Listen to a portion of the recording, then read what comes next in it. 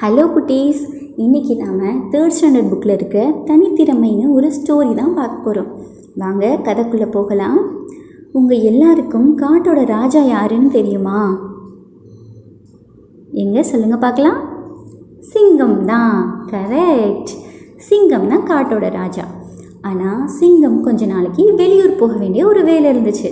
அதனால ராஜா என்ன பண்ணுறாரு, புலியை கூப்பிட்டு, நீங்கள் கொஞ்ச நாளைக்கு என்னோடய பதவியில் இருங்க அப்படின்னு சொல்லி சிங்கராஜா தன்னோட பதவியை புலிக்கிட்ட ஒப்படைச்சிட்டு வெளியூருக்கு போயிட்டார். இப்போது புலிராஜா இருக்கா இல்லையா, அவர் காட்டில் இருக்கிற எல்லா விலங்குகளையும் கூப்பிட்றாரு. கூப்பிட்டு ஒரு விலங்குக்கும் ஒரு பதவி கொடுக்க போகிறேன்னு சொல்கிறாரு. அப்போ முதலாக சிங்கக்குட்டியை கூப்பிட்டு, நீங்கள் தான் நம்மளோட படைத்தளபதியாக இருக்கணும் அப்படின்னு சொல்கிறாரு. சிங்கக்குட்டியும் உடனே, நன்றி மன்னா, நான் கண்டிப்பாக பதவியை ஏற்றுக்கிறேன் அப்படின்னு சொல்லி சந்தோஷமாக ஏற்றுக்கிட்டாரு. அதுக்கப்புறமா புலியார் என்ன பண்ணுறாரு, ஆந்தையை கூப்பிட்டு, நீங்கள் தான் நம்மளோட இரவு காவல் அமைச்சராக இருக்கணும் அப்படின்னு சொல்லி பொறுப்பு கொடுக்குறாரு.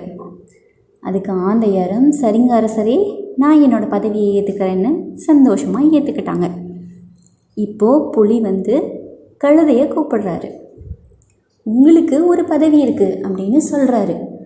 அப்போது கரடி வேகமாக குறுக்கிட்டு, ராஜாவே ராஜாவே, இந்த கழுதை ஒரு முட்டாள், கழுதையால் எந்த ஒரு பயனுமே இல்லை அப்படின்னு சொல்கிறாரு.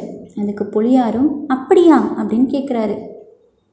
அதே மாதிரி கரடி அடுத்து என்ன சொல்கிறாருன்னா, முயல், ஆமை இதுவுமே எதுக்குமே பயன்படாது. ஆமை ஒரு சோம்பேறி, அது எப்பவும் ரொம்ப மெதுவாக தான் செல்லும். அதே மாதிரி முயல் எதை பார்த்தாலும் பயந்து பயந்து ஓடும் அப்படின்னு சொல்கிறாரு. இதை கேட்டுகிட்டே இருந்த புலி அரசருக்கு கோபம் வந்துருச்சு.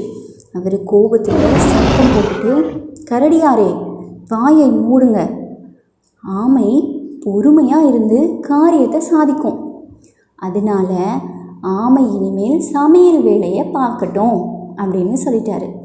அதே மாதிரி தான் முயல் அதிவேகமாக ஓடக்கூடியது, அதனால சமையலுக்கு தேவையான எல்லா பொருட்களையும் வேகமாக சேகரிக்கக்கூடிய திறமை முயல்கிட்ட இருக்குது.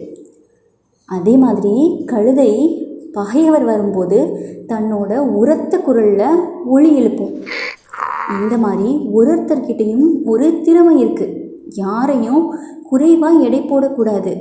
அவங்கக்கிட்ட என்ன திறமை இருக்கோ அதை கண்டுபிடிச்சி அவங்களுடைய திறமையை வளர்க்க பார்க்கணும் அப்படின்னு சொல்லி கரடியாரை சத்தம் போடுறாரு அரசர்.